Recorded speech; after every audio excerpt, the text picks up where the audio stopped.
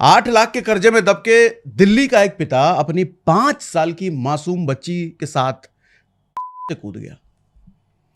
मैं जानता हूं ये सब सुनकर के आपको बुरा लगेगा। आज के दौर में गुलाम जंजीरों में नहीं, कर्जे में है चचा। इस बीच बहुत कुछ दिमाग में आपके चल रहा होगा, अभी सुनते रहिए, भी बहुत कुछ चलेगा। जब कमाई से ज़्यादा खर्चे हों, आसान भाषा में बोलूं तो जब आमदनी 98 हो और खर्चा रुपया नहीं भैया 500 रुपया हो, तब उस जाल की शुरुआत होती है। एक सरकारी आंकड़े के अनुसार 2018 से 2020 के बीच 16,000 इंडियंस ने सिर्फ इसलिए क्या की क्योंकि वो भारी कर्जे में थे।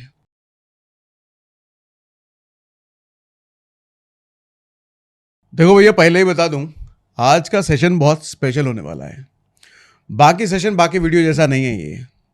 आज मैं नहीं बोलूंगा, आज फैक्ट्स और फिगर्स बोलेंगे। कोई गैस नहीं, भरपूर डेटा देने वाला हूं आज।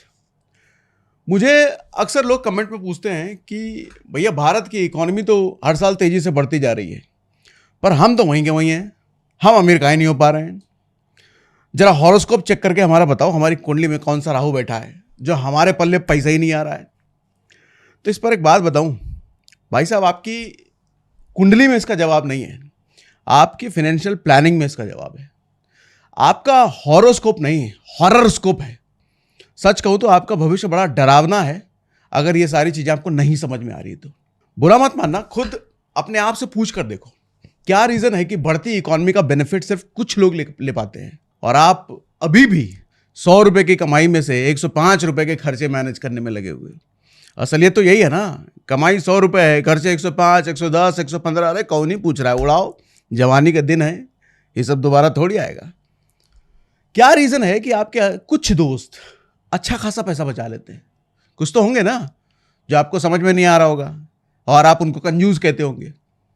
क्या रीजन है कि कुछ लोग आपके यूरोप और दुबई के ट्रिप भी बना लेते हैं, पर आप अभी भी अपनी पुरानी पैंट से 500 रुपए का नोट मिल जाए तो ऐसे नाचने गाने लगते हो जैसे करोड़ों की संपत्ति हाथ लग गई हो? होता है ऐसा?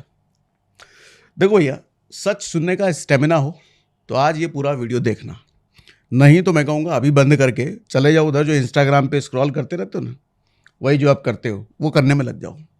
आज मेरी बातें आपको कड़वी लगेंगी, आज मैं आपको डांटूंगा भी, समझाऊंगा भी और बहुत कुछ सिखाऊंगा भी। तो सबसे पहले आपको कुछ फिगर्स बताता हूं। एक सरकारी आंकड़े के अनुसार 2018 से 2020 के बीच 16,000 इंडियंस ने सिर्फ इसलिए क्या की क्योंकि वो भारी कर्जे में थे। टाइम्स ऑफ इंडिया की एक रिपोर्ट बताती है कि भारत में 19% का कारण फाइनेंशियल इश्यूज है। एक या दो नहीं, पूरे 72 क्रेडिट कार्ड के बिल के बोझ में दबे मुंबई के एक पूरे परिवार ने, एक मिडिल क्लास परिवार ने, पूरे परिवार ने कर ली। गुड़गांव रहने वाली एक 23 साल की महिला, पहले क्रेडिट कार्ड से बेहिसाब खर्चे उसने करे, बेहिसाब शॉपिंग करी, और जब बिल भरने की बारी आई तो पैसे थे नहीं। कंपनी ने इतना परेशान किया कि महिला को लगानी पड़ी। 8 लाख के कर्जे में दब के दिल्ली का एक पिता अपनी 5 साल की मासूम बच्ची के साथ से कूद गया। मैं जानता हूं ये सब सुनकर के आपको बुरा लगेगा। दिमाग में पहले उस बच्ची का ख्याल आएगा जिसका कोई कसूर था नहीं, मगर उस मासूम को अपनी जान गंवानी पड़ी। देखो, बुरा लगता है, सच में बुरा लगता है, ये सब सुनकर, सोचकर, मुझे भी लगता है। लेकिन ये बातें बताने का मेरा उद्देश्य आपको डराना नहीं है, समझाना है, बहुत कुछ समझाना है, ताकि आप लोग ये गलतियां दोहराए ना जो इन लोगों ने करी थी, और इनकी तरह मिडिल क्लास ट्रैप और डेट ट्रैप, ये कर्जों का शिकार आप ना बने। अब आप ये पूछोगे कि ये मिडिल क्लास ट्रैप होता क्या है? समझाता हूं बड़ा डिटेल में। जब एक्सपेंसेस आपके इनकम से ज्यादा होने लग जाए, जब आपकी खर्चे आपकी कमाई का दायरा फाड़ कर आगे निकल जाए, तब एक ट्रैप, तब एक जाल शुरू होता है। उस जाल के बारे में डिटेल में समझाता हूं। जब कमाई से ज्यादा खर्चे हों, आसान भाषा में बोलूं तो जब आमदनी 98 हो और खर्चा रुपया नहीं भैया 500 रुपया हो, तब उस जाल की शुरुआत होती है। भारतवासियों ने पहले ही अंग्रेजों की बहुत गुलामी करी है, मगर आज भी गुलामी कर रहे हैं। आज गुलामी कर्जे की कर रहे हैं लोग। आज के दौर में गुलाम जंजीरों में नहीं, कर्जे में है चचा। इस बीच बहुत कुछ दिमाग में आपके चल रहा होगा, अभी सुनते रहिए, अभी बहुत कुछ चलेगा। एक आंकड़ा बताता हूँ। इंडिया में 68% लोग ऐसे हैं जो उधारी तो ले लेते हैं पर उसे चुका नहीं पाते। हो सकता है आप ये सोच रहे होगे कि आपके बहुत सारे फ्रेंड सर्कल में ऐसे 90% लोग ऐसे ही हैं जो भैया उधार तो लेते हैं फिर मिस्टर इंडिया हो जाते हैं, मतलब दिखना बंद हो जाते हैं। तो ऐसा सिर्फ आपके साथ नहीं होता, ऐसे सबके साथ होते हैं। ऐसे दोस्त सबके ही होते हैं जो पैसा लेकर के गुल हो जाते हैं। खैर, अब एक कहानी के जरिए आपको बहुत सारी बातें समझाने वाला हूं। इस कहानी के हमारे दो किरदार हैं, एक होशियारी लाल है, दूसरा उधारी लाल है। नाम से बहुत कुछ समझ में आ रहा होगा, बिल्कुल ऐसे ही है ये। सुनाता हूं। उधारी लाल महीने के 1 लाख रुपए कमाता है, होशियारी लाल 50,000 रुपए कमाता है। उधारी लाल सारे उड़ा देता है, होशियारी लाल उस 50,000 में से भी 15,000 बचा लेता है। अब आपके हिसाब से ज्यादा अमीर कौन होगा बताओ? 10 साल बाद, 15 साल बाद कौन बनेगा अमीर? रुको रुको, भी जवाब मत देना, अभी आता हूँ, बहुत कुछ बताता हूं अभी। उधारी लाल ऐसी क्या गलतियां कर रहा है कि ज्यादा कमाने के बाद भी वो 1 रुपए भी बचा नहीं पा रहा है? सबसे पहली गलती, क्रेडिट कार्ड पर हद से ज्यादा डिपेंडेंसी। क्रेडिट कार्ड को तो लोग दहेज में मिले उस डबल बेड की तरह इस्तेमाल करते हैं जिसे कभी भैया वापस ही ना करना हो। ऐसे बटोरे जा रहे हैं क्रेडिट कार्ड जैसे लंगर में मेरी फ्री की पूड़ी हो। हाल तो यही है ना। 2021 का एक डेटा बताता हूं। 2021 में लगभग 6 करोड़ लोग क्रेडिट कार्ड का इस्तेमाल कर रहे थे, मगर 2025 में 4 साल बाद यह नंबर बढ़कर लगभग 10 करोड़ से ज्यादा हो गई। इन 4 सालों में क्रेडिट कार्ड ट्रांजैक्शन 3 गुना बढ़ गए हैं। 6 लाख करोड़ से बढ़ के लगभग 21 लाख करोड़ जा चुका है क्रेडिट कार्ड ट्रांजैक्शन सिर्फ 3 साल में। भाई साहब, इतना क्रेडिट तो ट्रम्प चाचा भी नहीं लेता जितना हम मिडिल क्लास लोग ले रहे हैं इन दिनों। और सुनो, इसी दौरान आउटस्टैंडिंग क्रेडिट कार्ड लोन्स यानी कि क्रेडिट कार्ड का उधार भी 2 गुने से ज्यादा बढ़ गया है। 2020 में ये 1.4 लाख करोड़ बकाया था क्रेडिट कार्ड वालों का, और 2024 में ये पहुंच गया लगभग 3 लाख करोड़। और इसका रिजल्ट ये हुआ कि सिर्फ 5 सालों में क्रेडिट कार्ड एनपीए 6 गुना से भी ज्यादा बढ़ गया। एनपीए समझते हो ना, जो पैसे ही नहीं चुका पाए। लगभग 1100 करोड़ से 6700 करोड़ तक ये एनपीए पहुंच गया। एनपीए मतलब वो लोग जो उधारी 90 दिन से ज्यादा, मतलब 90 दिन के बाद भी बकाया नहीं चुका पाते। एक रिपोर्ट आई ट्रांस यूनियन सिबिल की। उसके अकॉर्डिंग युवा मिलेनियल्स यानी कि वो युवा जो 1990 से 1995 के बीच पैदा हुए हैं, अपनी पूरी क्रेडिट लिमिट यूज कर रहे हैं और उसे चुका नहीं पा रहे हैं। सर, क्रेडिट कार्ड लिमिट बढ़ गई है, इसका मतलब ये नहीं है कि आपकी सैलरी भी बढ़ गई है।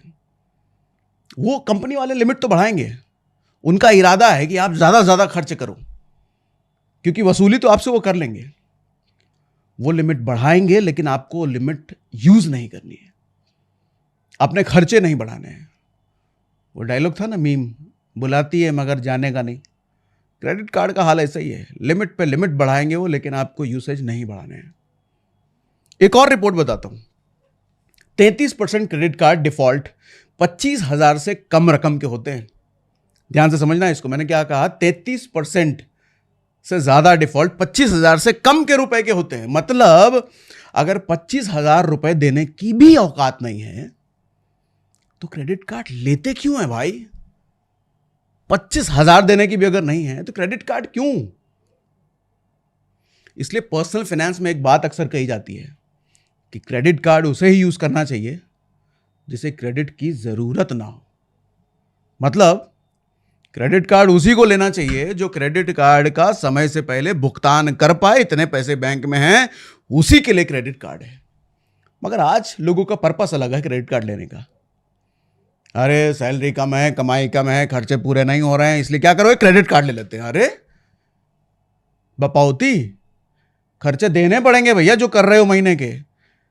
45 दिन की लिमिट देते हैं वो, 46वें दिन लगेगा इंटरेस्ट, और नहीं दोगे तो मिनिमम ड्यू पेमेंट अलग से, और वो भी नहीं दोगे तो घर पे पहुंचेंगे, गर्दन पकड़ करके पैसा वसूल लेंगे वो।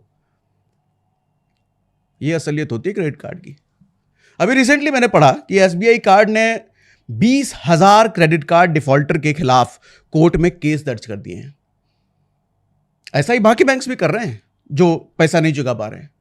पहले ही ये लोग क्रेडिट कार्ड का बिल नहीं चुका पा रहे थे, अब लीगल खर्चा अलग से होगा इनका। तो आखिर प्लान क्या है लोगों का, ये नहीं समझ आता। प्लान है भी कि नहीं। देखो भैया, विजय माल्या और नीरव मोदी की तरह देश छोड़कर अगर भाग सकते हो तो भाग लेना, वैसे भाग पाओगे नहीं। वो तो भागकर लंदन चले गए। आपको भागना पड़ा तो ज्यादा से ज्यादा उत्तर प्रदेश रोडवे की बस पकड़ करके गोंडा वाली बुआ के पास जा सकते हो। बस वहां पहुंचकर ये मत कहना कि बैंक वालों से भाग करके आया हूं। ऐसे लोगों के लिए गाना भी याद आता है मेरे को। वो गाना है ना, दिल संभल जा जरा फिर उधारी लेने चला तू। बदल दिया मैंने, लेकिन सच्चाई तो यही है। अब चलते हैं उधारी लाल की दूसरी सबसे बड़ी मिस्टेक। अभी पहला था, अभी बहुत सारे हैं, सुनो ध्यान से। Taking personal loan for luxuries. अरे भैया, ये सबसे बड़ा दर्द है। दर्द नहीं है, ये दर्द बेसिकली बाद में बनता है, पहले तो सबसे बड़ी खुशी है। मतलब उन चीजों के लिए पर्सनल लोन लेना जो जरूरत नहीं है, शौक है? इकोनॉमिक टाइम्स की एक रिपोर्ट बताती है कि जितने भी नए लोन लिए गए हैं रिसेंटली, उनमें से 1/3 से ज्यादा पर्सनल लोन है। अप्रैल 2023 से फरवरी 2024 के बीच इंडियंस ने 11 महीने में 15 लाख करोड़ के लोन लिए हैं, और जिसमें से सबसे ज्यादा शेयर पर्सनल लोन का है, लगभग 36%। एक सरल क्रेडिट का सर्वे आया था, 67% इंडियंस ने लाइफ में एक बार तो पर्सनल लोन लिया ही है, और भारत के 53% युवा 30 साल की उम्र से पहले ही पर्सनल लोन ले लेते हैं। यह डेटा मेरे को हैरान करती है, परेशान भी करती है। क्यों जानते हो? आज के समय में हर एक जरूरत के लिए अलग अलग लोन अवेलेबल है। घर खरीदना है तो होम लोन ले लो, गाड़ी खरीदनी है व्हीकल लोन लो, शादी करनी है मैरिज लोन लो, पढ़ाई के लिए चाहिए एजुकेशन लो। तो सबसे ज्यादा इंटरेस्ट वाला पर्सनल लोन आखिर लोगों को क्यों चाहिए? क्यों ले रहे हैं लोग? और वो भी 30 साल की उम्र से पहले। ऐसी कौन सी जरूरत आ पड़ती है कि हमारे यूथ को पर्सनल लोन लेना पड़ता है? सोचने वाला बात है भाई साहब। ऐसी कौन सी चुल्ल मची है कि सबसे महंगा लोन यानी कि पर्सनल लोन चाहिए ही चाहिए? अपनी फाइनेंशियल हेल्थ की इसी तैसी करा करके आखिर क्यों चाहिए? समझ रहे हो ना? वही फोन, गाड़ी, दूसरों को दिखाना, इज्जत चली जाएगी नहीं दिखाएंगे तो गरीब ना समझ ले, यही सब कारण होते हैं। समझाता हूं डिटेल में भी। जब मैंने इसका रिसर्च किया ना तो चौंक गया भाई साहब। पैसा बाजार के एक सर्वे से यह पता चला कि 20% पर्सनल लोन ट्रैवलिंग और वेकेशन के लिए लिए जा रहे हैं। चाहे मनाली जाने के पैसे हो ना हो, इन लोगों को लोन लेकर के मालदीव जाना है। इन ससुरों से पूछो जरा, भैया सोसाइटी की लिफ्ट अगर बंद हो जाए ना, इनसे सीढ़ियां चढ़ने में इनको आफत आ जाएगी, और लाखों खर्च करके लेह लद्दाख में ट्रैकिंग करने जरूर जाएंगे ये। और ये सब इसलिए ताकि इंस्टाग्राम पर रील डालकर खुद को कूल दिखा पाओ। भाई साहब, इतने महंगे लोन लेकर के घूमने वाले कूल नहीं, फूल होते हैं, बकलोल होते हैं, महाबकलोल होते हैं। यही वो लोग होते हैं 40-45 साल के बाद फ्रस्ट्रेशन में बाकी की जिंदगी निकालते हैं, क्योंकि चारों तरफ से कर्जे से घिरे होते हैं। इतना ही नहीं, ये 37% पर्सनल लोन स्मार्टफोन और महंगे गैजेट्स खरीदने में इस्तेमाल करते हैं। जब तक हाथ में 1.5 लाख का आईफोन ना हो, हाथ में महंगी एप्पल वॉच ना हो, पहनने के लिए H&M और जारा के ब्रांडेड कपड़े ना हो, जेब में भैया लुई वुइटन का पर्स भी चाहिए, पैर में पूमा नाइकी के जूते भी चाहिए, ये सब नहीं होगा तो इज्जत कौन करेगा? गरीब समझ लेंगे सब लोग, रह नहीं पाएंगे सोसाइटी में। ये सोच है और यही मार रही है। हम सिर्फ ज्यादा खरीद नहीं रहे, हम दूसरों को दिखाने के लिए ज्यादा खरीद रहे हैं। सच्चाई है ना? अगर मेरी बात से रिलेट कर रहे हो तो मुझे कमेंट बॉक्स में लिख के बताइएगा। बात बिल्कुल सच बोल रहे हो चाचा, ऐसे लिख के बताइए। हालांकि मैं चाचा नहीं हूं, चाचा वाली उम्र हुए नहीं अभी, लेकिन बात तो सही है। 50,000 की सैलरी पर लोग पर्सनल लोन लेकर 1.5 लाख का आईफोन खरीद रहे हैं। मैंने एक बार पहले भी बताया था, इंडिया में 70% आईफोन EMI पर बिकते हैं। आईफोन का मार्केट शेयर इंडिया में 10% का है। मतलब जितने भी ब्रांड बिकते हैं भारत में, उसमें से जो आईफोन है वो 10% है भारत में। उसको असलियत में अफोर्ड करने वाले लोग सिर्फ 0.5% हैं। क्यों? क्योंकि भैया आईफोन अफोर्ड करने के लिए, 1.5 लाख का आईफोन अफोर्ड करने के लिए आपकी सैलरी कम से कम 3 लाख रुपए पर मंथ होनी चाहिए। और आईफोन लेने वाले लोग 20 गुना ज्यादा कैसे हैं? मतलब सिर्फ 0.5% लोग अफोर्ड कर सकते हैं, तो टोटल मार्केट शेयर का 10% कैसे बिक रहा है? इतना ज्यादा आईफोन कहां से बिक रहा है? ईएमआई है ना, क्रेडिट कार्ड है ना, और वो भी नहीं है तो पर्सनल लोन तो है ही। मगर रियल लाइफ में आधा किलो इनकी सेब खरीदने की औकात नहीं होगी, लेकिन फोन इनको हाथ में चाहिए, वो कटा हुआ सेब वाला ही। इनसे पूछना, ये जो आईफोन लगे घूमते हैं ना, कितने किलो सेब खाते हो रोज? सेब कब आया था आखिरी बार घर में? नहीं भैया सेब तो बहुत महंगा है। तो हाथ में काहे रखे हो? हैं ईएमआई वाला, वो भी तो सेब है। और फिर लोग कहेंगे हमारे खर्चे पूरे नहीं होते। कहां से होंगे सर? ऐसी प्लानिंग से तो कोई आपको मुकेश अंबानी का बटुआ भी दे देना, तब भी आपके खर्चे पूरे नहीं होंगे। बिजनेस टुडे की रिपोर्ट है, Indian middle class is borrowing just to survive present. किसी तरह बस आज वर्तमान निकल जाए, बाकी भविष्य देख लेंगे।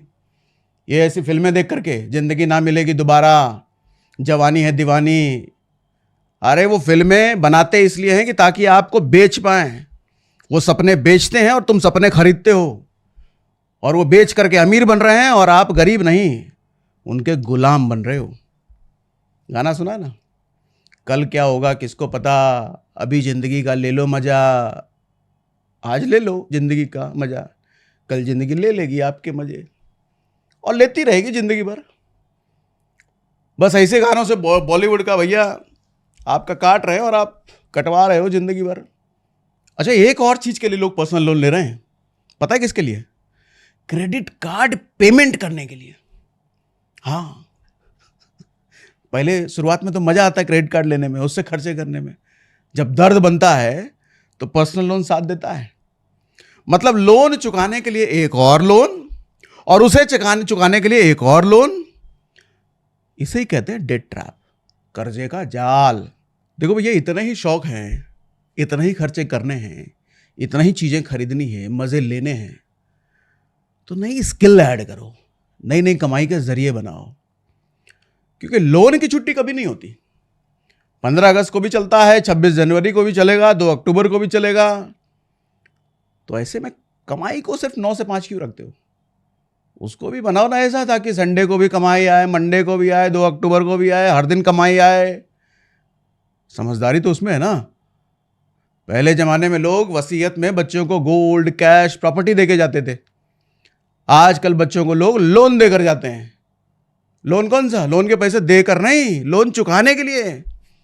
बाबूजी क्या छोड़ के गए? तो भैया 50 लाख का लोन छोड़ के गए, चुकाना है। ऐसे बाबूजी की फोटो पर कभी माला चढ़ के उस पर अगरबत्ती दिखाई जाएगी? नहीं दिखाई जाएगी। क्यों? यही बाबूजी हैं जो कर्जा छोड़ के गए हैं। फोटो तक नहीं लगेगा इनका। अरे मर उर गए तो फोटो नहीं लगेगा घर में, कोई पूजेगा नहीं। हो सकता है कि बाल बच्चे तो पूछ ले, उनके बाल बच्चे कभी नहीं पूछेंगे। यही दादाजी थे जो कर्जा छोड़ के गए हैं। तो कर्जा नहीं, संपत्ति छोड़ के जाओ, इतना कुछ सीख लो। अब आप डिसाइड करो कि आपने अपने शौक घटाने हैं या इनकम बढ़ानी है। लोन की टेंशन में आपके सिर के बाल घटाने हैं, क्या करने हैं? अब चलो तीसरी गलती बताता हूं, उधारी लाल की। ये उधारी लाल कौन है? तीसरा आदमी मत समझ लेना, हो सकता है आप ही हो। हाँ, तब समझ पाओगे। तीसरी गलती है home loan eight young age. अरे क्या बात कर रहे हो यार, होम लोन तो लेना अच्छी बात है, घर खरीद रहे हैं, ये गलती कैसे हो गई? हाँ समझाता हूं अभी। जॉब लगे अभी जुम्मा 4 दिन नहीं होते, और देख लिया भैया सोसाइटी में, नौकरी में इधर उधर लोगों को देख लिया, प्रॉपर्टी खरीद रहे हैं, उधर से एजेंट के फोन आ रहे हैं, प्रॉपर्टी के रेट बढ़ने वाले हैं, अभी घर ले लो। घर लेने का चिल्ला गया, एक फ्लैट तो ले ही लेते हैं, फ्लैट तो लेना जरूरी है। कल को शादी करोगे तो बहू को किराए के मकान में रखोगे क्या? बाबूजी भी बोल देंगे ये डायलॉग, ले लो बेटा, अब ईएमआई दे पाओगे तुम। लोग बातें बनाएंगे कि भैया इज्जत का क्या होगा। कैसे कह पाएंगे कि लड़का दिल्ली में रह रहा है तो अपना घर ले रहा है, अपना घर है लड़का का। तो होम लोन है, सहारा है, होम लोन लेकर के घर हो जाएगा। डाउन पेमेंट के लिए 2-4 लाख कम पड़े, ससुर जी से ले लेंगे अगर शादी हो गई है तो, शादी नहीं हुई तो बाबूजी से ले लेंगे। ये सोच होती है, आप देखोगे अपने आसपास, या आप भी हो सकता है ये सोच पाल के रखे होगे। वैसे ही प्रॉपर्टी के दाम तो बढ़ते ही रहेंगे, क्या जाएगा, लोन ले लेते हैं, एसेट बन जाएगा। कुछ एसेट नहीं बनेगा, ये सर का दर्द बनेगा आगे जाके। लोग जहां पहले 35-40 की उम्र में होम लोन लेते थे, आज 25-26 की उम्र में लोन ले रहे हैं, डेटा बताता है। बिजनेस टुडे की एक रिपोर्ट है, इन 10 years average age of home loan buyers has decrease from 40 to 28 in India. मतलब पिछले 10 सालों में होम लोन लेने वालों का एवरेज एज 40 से घटकर 28 हो गई है। मतलब अब 40 में लोग होम लोन नहीं लेते, अब 28 में, 27 में, 26 में ले रहे हैं होम लोन। कर्जे में लिए मकान के मालिक आप नहीं होते सर, वो आपका मालिक होता है। समझाता हूं भी, यंग एज में होम लोन लेने का नुकसान क्या होता है। देखो 50 लाख का अगर आपने लोन लिया है, समझना अभी ध्यान से समझिएगा, 50 लाख का अगर आपने लोन लिया है, 9% का इंटरेस्ट रेट दे रहे हो, मंथली ईएमआई मान लो 40,000 के आसपास आ रहा है, 30 साल का रीपेमेंट पीरियड बनेगा। मतलब 30 साल में आप लोन चुकाओगे, मतलब रिटायरमेंट तक किस्त चलेगी आपकी। टोटल इंटरेस्ट आप जो पे करोगे लगभग 95 लाख पे करोगे, प्रिंसिपल यानी कि मूल से 2 गुना ज्यादा। जब 50% से ज्यादा सैलरी होम लोन की किस्त देने में चली जाएगी तो सेविंग क्या ही करोगे, बेचारे बन के रहोगे, कहां से लाओगे, वेल्थ कहां से बनेगा। और यही काम थोड़ा सा आप बदल दो, थोड़ा डिले कर दो इसको। अगर 40 की एज में मकान लिया होता तो पहले डाउन पेमेंट की दिक्कत नहीं आती, ससुर जी के पास हाथ नहीं फैलाना पड़ता, इज्जत नहीं जाती ससुराल में कि दामाद कैसे चुन लिया भैया, हम कर्जा मांग रहा है, किसी से लेना आना पड़ता, अपनी सेविंग से काम चल जाता। क्योंकि 40 की उम्र में इतनी सेविंग आप बना चुके होगे, सैलरी भी ज्यादा हो चुकी होती, तो ज्यादा ईएमआई की औकात बन चुकी होती। मंथली ईएमआई 40 के बजाय, 40,000 के बजाय आज 63,000 भी होता, तब भी आप बड़े आराम से देते। इससे होता क्या, 50 लाख का लोन आप 10 साल में खत्म कर देते। मतलब 28 की उम्र में लिया लोन 58 साल तक चलेगा, लेकिन 40 की उम्र में लिया लोन 50 साल में खत्म, सिर्फ 10 साल में। हाँ, यही हिसाब करके देख लो। तो अगर अभी भी कमाना शुरू किया है तो कोई पहाड़ नहीं टूट जाएगा। ये ब्रोकर लोग खामखा डराते हैं, बड़ा बड़ा होर्डिंग लेकर के, फोन करके, रेट बढ़ जाएगा प्रॉपर्टी। अरे प्रॉपर्टी का रेट आज से थोड़ी बढ़ रहा है, बाप दादा परदादा नाना परदाना सबके जमाने से प्रॉपर्टी का रेट बढ़ ही रहा है। तो 2 साल बाद, 5 साल बाद भी प्रॉपर्टी का रेट बढ़ेगा तो कौन सी नई चीज आ जाएगी। ये नहीं समझ रहे कि भैया प्रॉपर्टी के रेट बढ़ेंगे तो आपकी कमाई भी तो बढ़ेगी, कमाई बढ़ेगी तो ज्यादा ईएमआई देने की क्षमता भी तो बढ़ेगी, जल्दी लोन खत्म होगा ना। ये सबसे बड़ा डर होता है, ये ब्रोकरों का डाला हुआ, प्रॉपर्टी का रेट बढ़ने वाला है, आज ले लो, कम से कम बुकिंग अमाउंट तो डाल ही दो। नहीं डालेंगे हम बुकिंग अमाउंट, जाओ, ये बोल करके फोन काट दो। वैसे भी एक बात समझ लो, लोन पर लिया गया मकान आपका नहीं, बैंक का होता है। अब बैंक वालों के लिए मकान खरीद रहे हो आप, और उसी बैंक से महंगे इंटरेस्ट रेट पर लोन देते हैं ये बैंक वाले, जिसके लिए आप लोन खरीद रहे हो। मतलब मालिक वही होने वाले हैं, आप उन्हीं से लोन लोगे, उन्हीं के नाम पे घर रहेगा आपका। ईएमआई बाउंस करके देखो, घर ना पहुंच जाए तो वो घर ना खाली करा दें जिसको आप अपना समझ रहे हो। ये कौन सी समझदारी हुई। चलो उधारी लाल की चौथी मिस्टेक बताता हूं, अभी सुनते जाओ। ब्रांड न्यू कार चाहिए, वो भी लोन पर। मिडिल क्लास की बड़ी गलती, buying a brand new car. क्या आपको पता है कि 12 लाख की कार शोरूम से निकलते ही 10 लाख की हो जाती है। मतलब मुझे लगता है कि दुनिया में इससे ज्यादा फास्ट डिप्रिशिएशन किसी चीज का नहीं होता। कार बाहर निकाल के लेके जाओ, 12 लाख की कार 10 की हो जाएगी। एक तो इंडिया में जो अड़ोसी पड़ोसी को दिखाने का चक्कर है, इसने मिडिल क्लास को बर्बाद कर रखा है। 10 लाख से नीचे की गाड़ी कोई लेता है क्या? अरे क्यों ले, वो सब कार थोड़ी होती है, बेकार होती है। एसयूवी लेंगे भैया, सनरूफ वाली। नहीं तो पड़ोसी नैनो छाप समझेगा, अरे गरीब है लग रहा है, सनरूफ नहीं इसके कार में, ऐसा समझ लेगा। सनरूफ वाली लेंगे, और ये सनरूफ वाली गाड़ी का पता नहीं क्या क्रेज है। आपने गाड़ी की सनरूफ खोलकर अचार सुखाओगे उस नीचे उसके? बस 2 दिन आपके बच्चे गाड़ी के सनरूफ के सिर निकाल कर, उसे सनरूफ से बाहर से निकाल कर मार्केट के चक्कर लगा लेंगे, फोटो खिंचा लेंगे, इंस्टाग्राम पे डाल देंगे।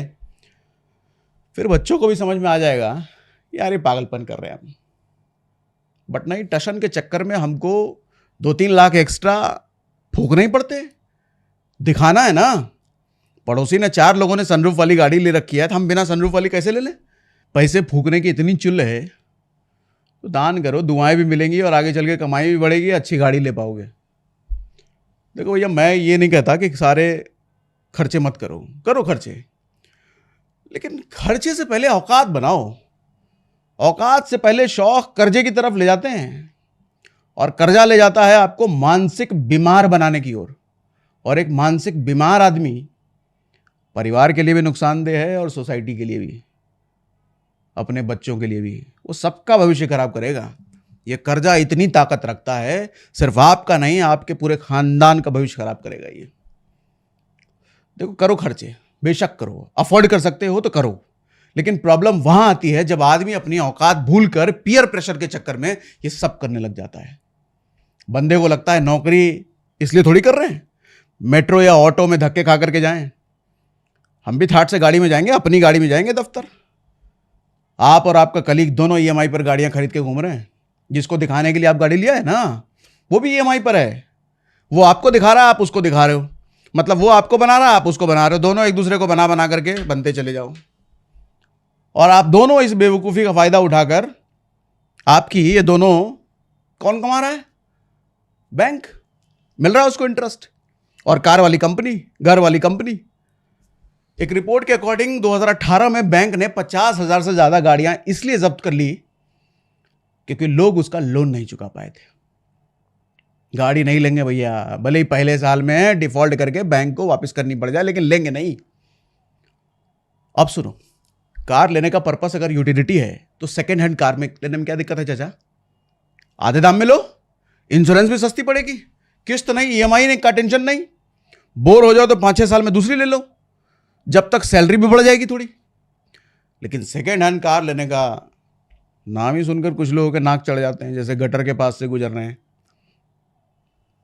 अरे नखरे कम करो।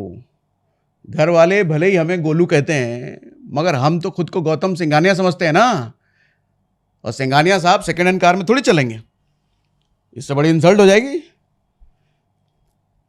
मारेगा ये सब। 5वीं गलती सुनो अबू धारीलाल की।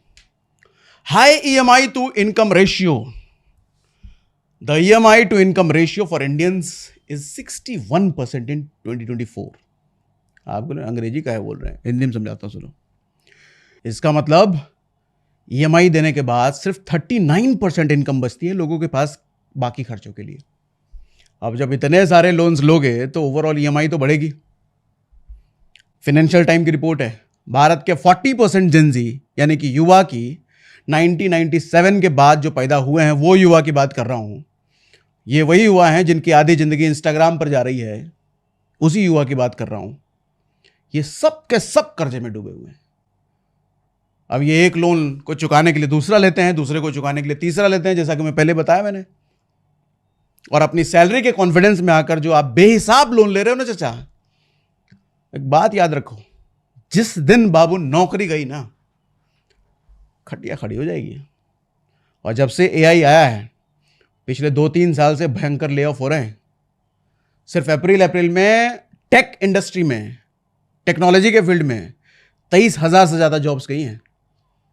गूगल में काम करने वाले लोग, मेटा में काम करने वाले लोग, इंटेल जैसी बड़ी बड़ी कंपनियों में काम करने वाले लोग, कौन लोग? जो IIT IIM से पास आउट हैं, टॉप इंस्टीट्यूट से पास आउट हैं, उनको निकाल दिया जा रहा है। जब इनकी जॉब सिक्योर नहीं है, आपकी है नहीं भैया, हमें कौन निकाल देगा? ठीक है, पता चलेगा। एक और डेटा सुनो, सितंबर 2024 में लगभग 1.5 lakh high profile tech layoff हुए, टेक्नोलॉजी में काम करने वाले लोग। पिछले महीने की बात है, अमेजॉन ने लगभग 14,000 मैनेजर्स को निकाला है। अमेजॉन ने, ये नहीं कहूंगा कि आपका नंबर कहीं तो नहीं है, वो आप देख लो, लेकिन फिजूल के लोन लेना बंद करो।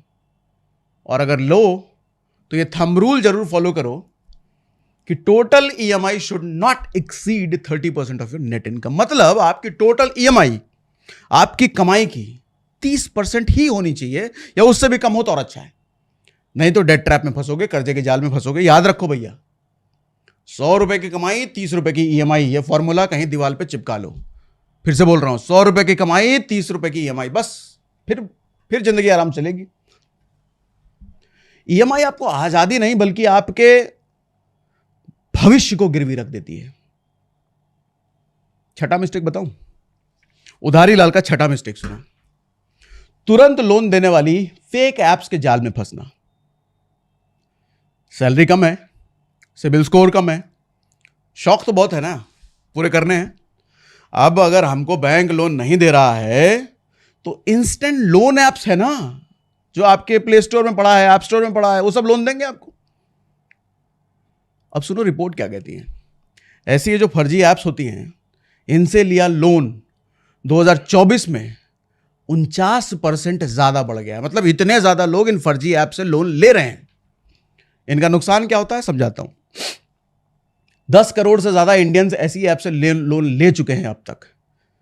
मिडिल क्लास इंडियंस की इसी बेवकूफी का फायदा उठाकर ये लोन एप्स कैसे आपको बर्बाद करती हैं जानते हो? बताता हूं।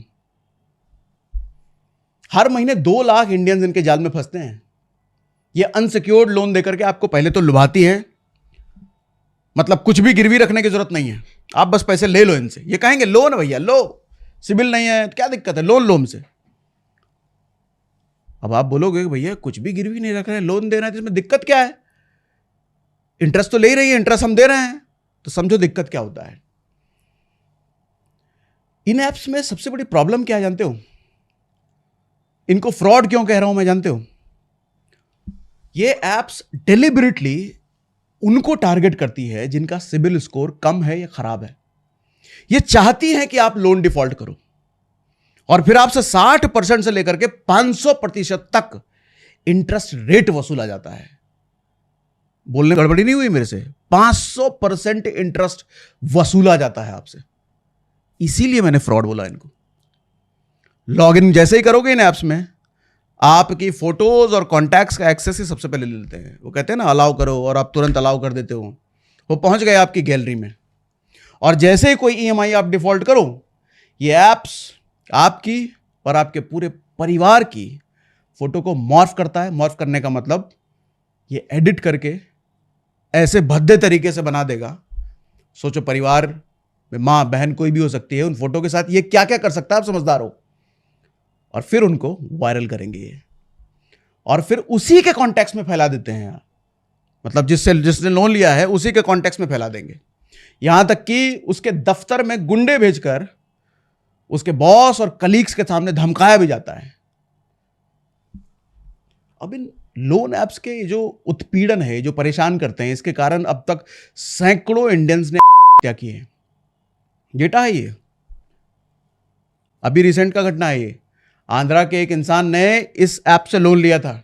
जब वो लौटा नहीं पाया तो इस ऐप वालों ने उसकी पत्नी की ऐसी तस्वीरें बनाई, उसको वायरल कर दी, और उसके बाद वही खत्म। आरबीआई ने कई बार कार्रवाई करी है इन पे, लेकिन उसके बावजूद भी अभी भी 700 ऐसे ऐप्स हैं जो अभी भी इंडिया में एक्टिव हैं। शौक पूरे करने के चक्कर में इतना भी डेस्परेट ना हो जाओ कि पैसे कहीं से भी मिल जाए, बस उसके बाद फंसोगे इन ऐप्स के चक्कर में, बनोगे शिकार इनका। और मैं कोई मजाक नहीं कर रहा, ये सच में लोन ऐप्स ऐसे ही करती हैं, ऐसे ही ब्लैकमेल करती हैं। कितने लोगों ने इनके प्रेशर में अपनी लाइफ खत्म की है, कितने लोगों ने। बहुत डेटा। अभी रिसेंटली एक फिल्म भी बनी थी सोनू सूद की, फतेह मूवी, इसी पर बेस्ड है वो। इसलिए चाहे कितनी भी नीड क्यों ना हो चाचा, कम से कम इन एप्स के ट्रैप में तो मत फंसना, इनसे लोन नहीं लेना। मैं तो कहता हूं डाउनलोड तक मत करना। गाना सुना है ना, एक चुम्मा तो मुझको उधार दे दे, बदले में यूपी बिहार ले ले। ये एप्स आपके साथ बिल्कुल ऐसे ही करते हैं। ये उधार देंगे आपको चुम्मा बराबर, लेकिन ब्याज में आपको चुकाना पड़ेगा पूरा यूपी बिहार, मतलब सब कुछ। अब 7वीं मिस्टेक बताता हूं इसी उधारी लाल की। भूलना मत उधारी लाल कौन है। हाँ, सातवीं गलती है नेग्लेक्टिंग इमरजेंसी सेविंग। एक सर्वे आई फिनोलॉजी की, 75% इंडियंस के पास इमरजेंसी फंड है ही नहीं है। अगर इनकी नौकरी चली गई तो ये पहले महीने से इनके ईएमआई डिफॉल्ट होने लग जाएंगे, जो भी लोन वोन ले रखा है इसने। एसबीआई रिसर्च का डेटा ये बताता है कि हाउस होल्ड सेविंग यानी कि भारत में घरेलू बचत 50 सालों के निचले स्तर पर पहुंच गया है, 5% ऑफ टोटल जीडीपी। इसका उल्टा अगर देखो तो आरबीआई की रिपोर्ट यह बताती है कि हाउस होल्ड डेट, कर्जा, घरेलू कर्ज बढ़कर जीडीपी का 42% तक पहुंच गया है। क्या मतलब हुआ इसका, समझाता हूं। आज की डेट में एक आम इंडियन की जितनी सेविंग होती है ना, उससे 8 गुना ज्यादा उस पर कर्जा होता है। अब आप बोलोगे सर मैंने तो कोई लोन लिया ही नहीं है, मुझे इमरजेंसी फंड की क्या जरूरत है। अरे बेवकूफ, आप खाने में हवा खाते हो क्या? है? आपकी बाइक पानी से चलती है क्या? आपका मकान मालिक आपके रेंट के बजाय दुआएं लेता है क्या? आपके अंदर कितना भी देखो करंट क्यों ना हो, लेकिन घर का एसी तो बिजली से ही चलता है, तो इसका बिल तो भरोगे ना। इन सब के लिए कहां से लाओगे पैसे अगर जॉब गई तो? यहां आता है इमरजेंसी फंड का रोल। सारी जिंदगी अगर जॉब की सैलरी से चल रहा है या दुकानदारी से चल रहा है या जिस धंधे पानी से चल रहा है वो अगर नहीं रहा, पैसे की जरूरत फिर भी रहेगी। उस जरूरत को पूरा करने के लिए आता है इमरजेंसी फंड। होता क्या है मालूम? ये सब बातें आदमी को तब तक समझ में नहीं आती जब तक वो ऐसी किसी सिचुएशन में फंस नहीं जाता। जब ऐसा कोई क्राइसिस आता है ना, तब आदमी को समझ में आता, अरे यार थोड़े इमरजेंसी फंड तो होते तो वहां से यूज कर लेते। इसलिए कहता हूं कि समझदार आदमी वो है जो अपनी गलतियों से सीखे, और उससे ज्यादा समझदार वो होता है जो दूसरों की गलतियों से सीख ले। तो जरूरी नहीं है कि लाइफ का हर लेसन हम अपनी गलतियों से सीखें, क्योंकि जिंदगी 500 साल की नहीं है दोस्त, 60-70 में ही निपटना है सबको। तो सीखने के लिए अपनी जिंदगी कम पड़ जाएगी, इसलिए दूसरों की जिंदगियों से सीखना शुरू करो। अब आप बोलोगे सर आपने प्रॉब्लम्स और मिस्टेक इतनी सारी गिनवा दी, सॉल्यूशन तो बता नहीं रहे। सॉल्यूशन बताओ। बताता हूं सारे सॉल्यूशन, ध्यान से सुनो। 7 गलतियां बताइए ना, 7 एक्शनेबल सॉल्यूशन भी बताता हूं। चाहो तो लिख लो पेन पेपर लेकर के, बच जाएगी जिंदगी। क्योंकि 60-70 की भले जिंदगी है, लेकिन जिंदगी एक ही है। सबसे पहले तो अपने आप को 1-2 क्रेडिट कार्ड तक सीमित करना सीखो। 10 क्रेडिट कार्ड जो पर्स में लेके घूम रहे हो ना, फेंको, तोड़ो। आजकल लोगों के पर्स में नोट से ज्यादा क्रेडिट कार्ड होते हैं। ऐसा बिल्कुल मत करो। और क्रेडिट कार्ड का लिमिट 30% से ज्यादा यूज नहीं करना।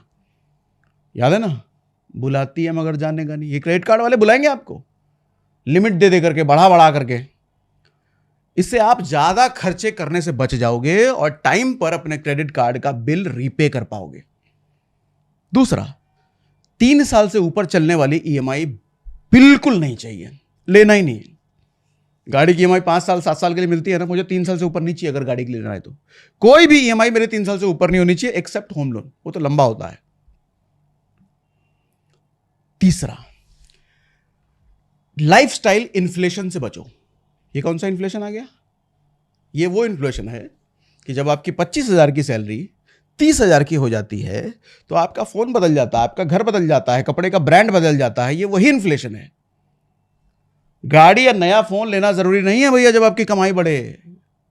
कम से कम 50% सैलरी इंक्रीमेंट को सेविंग या इन्वेस्टमेंट में डालो। जो सैलरी बढ़ी है उसको बोनस समझो, उसको इन्वेस्टमेंट में डालो। क्योंकि वो इन्वेस्टमेंट, वो छोटा सा इन्वेस्टमेंट कल को बहुत बड़ा होकर के बचा लेगा आपको, बना देगा जिंदगी। देखो, ये महंगाई अपने आप बढ़ती है, खर्चे हम खुद बढ़ाते हैं। डिफरेंस समझो क्या है।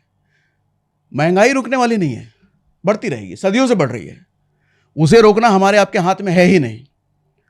पर खर्चे ना बढ़ाना और उसे रोकना हमारे ही हाथ में है। याद रखो, अंग्रेजी में एक बात कहते हैं, wealth is what you don't buy. Wealth कमाने से नहीं, खर्चा कम करने से बनता है। अगर आप बहुत सारी चीजें खरीद लोगे तो आपके पास सिर्फ चीजें बचेंगी, बहुत सारा पैसा नहीं। चौथा सुनो, पर्सनल लोन के बजाय गोल्ड लोन लो। अगर सडनली पैसों की बहुत ज्यादा जरूरत है तो पर्सनल लोन मत लो, गोल्ड लोन ले लो, ज्वेलरी के बदले लोन ले लो। इस पर ब्याज कम होता है, 9 से 12% का ब्याज मिलता है, रीपेमेंट की अवधि भी छोटी होती है। जबकि पर्सनल लोन बहुत महंगा पड़ता है, 10-15%, 12%, 20%। लेकिन हाँ, एक बात जरूर है कि गोल्ड लोन लेने के लिए आपके पास गोल्ड होना चाहिए। अब कहो हमारे पास गोल्ड ही नहीं है, तो पहले पैसा कमाओ चाचा, तुम पहले गोल्ड बना लो।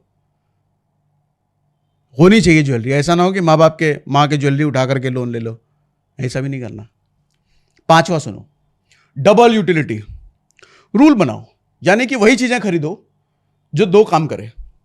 मतलब सोफा कम बेड, बेड लेना है घर में, सोफा भी लेना है, सोफा कम बेड ले लो, कम खर्चे में दोनों काम हो जाएगा। ड्रायर वाली वॉशिंग मशीन ले लो, जो ड्राई भी करती हो, कपड़े भी धुल दे। वो 2 साइड वाला शर्ट ले लो, एक शर्ट खरीदो लेकिन 2-2 दिन पहन सकते हो। इससे फिजूल खर्चे और ईएमआई दोनों से बच जाओगे। छठा सुनो, कैश का इस्तेमाल करो, कार्ड और यूपीआई का नहीं। ये थोड़ा साइकोलॉजिकल है लेकिन बहुत इंपैक्टफुल है। ऐसा होता ही होता है, कभी ऑब्जर्व कर लेना आप। जब हाथ से पैसा फिजिकली जाता है ना, जब हम गिन करके ऐसे करके देते हैं, तब खर्च करने से पहले आदमी 2 बार सोचता है। अरे दर्द होता है कि नोट निकल के जा रहा है हाथ से। वहीं यूपीआई से कट 2 बटन दबा करके कर देता है, आदमी को फील नहीं होता कि मेरा नोट चला गया, पैसा चला गया। इसीलिए गिन करके देने की आदत डालो। जब भी किसी को खर्चा करना हो तो कैश में खर्चा करो, इंपल्स शॉपिंग कम हो जाएगा इससे। 7वां, घर खरीदने का 4/40 रूल बनाओ। जो भी घर खरीदो उसकी कीमत आपकी सालाना सैलरी से 4 गुना ज्यादा नहीं होनी चाहिए। कम से कम 40% अमाउंट डाउन पेमेंट करने की औकात बनाओ। 40% मतलब 1 करोड़ का अगर घर है तो 40 लाख डाउन पेमेंट, इतना पैसा नहीं है तो मत खरीदो ना। बाद में खरीदना, कमाई बढ़ा करके, सेविंग बढ़ा करके। नहीं, घर का रेट बढ़ जाएगा। अरे थोड़ी देर पहले बताया ना। आई होप आपको मेरी ये बातें समझ में आई होंगी। समझ में आए तो अच्छी बात है, आप एक बड़ी मुसीबत में फंसने से पहले बच जाओगे। और नहीं आई तो फिर तो ऊपर वाले का ही कुछ कृपा है आप पर स्पेशल, फंसोगे तभी मानोगे। और मैं तो कहूंगा एक बार दोबारा देख लो इस पूरा सेशन को, पूरे वीडियो को, बच जाओगे। नहीं तो जिंदगी इतनी सस्ती नहीं है दोस्त। 30 साल की उम्र तक आपको बहुत मजा आएगा खर्चे करने में, लेकिन उसके बाद जिंदगी ऐसा परेशान करेगी ना, करने का मन करेगा और कुछ नहीं। एक बात समझो, जिंदगी बहुत खूबसूरत है, लेकिन सिर्फ उसके लिए जिसके पास पैसे हैं। पैसे नहीं है तो जिंदगी बहुत परेशान करती है। और पैसे नहीं होने का मतलब मैं उन कर्जों की बात कर रहा हूं, क्योंकि कर्ज के जाल में जब आप फंसोगे तो आपके हाथ में कमाई कितनी भी आए, ये सारे बैंक वाले लेकर के जाएंगे, तो जिंदगी आपको बहुत परेशान करेगी। इसलिए कर्ज से बचना है। कम कमाई अच्छा है, कोई दिक्कत नहीं है, लेकिन कम कमाई में बचत ज्यादा हो तो आने वाली जिंदगी बहुत खूबसूरत बन जाएगी। बात समझ में आई, अच्छी लगी, कमेंट बॉक्स में लिख के बताना। और आने वाले टाइम में इस पर से कौन सी चीज आप डिटेल में मेरे से सीखना चाहते हो, मैं पर्सनल फाइनेंस पर बहुत सारे सेशन करने का प्लान कर रहा हूं। कौन सी चीज आपको सीखना है मेरे को कमेंट बॉक्स में लिख के बताना।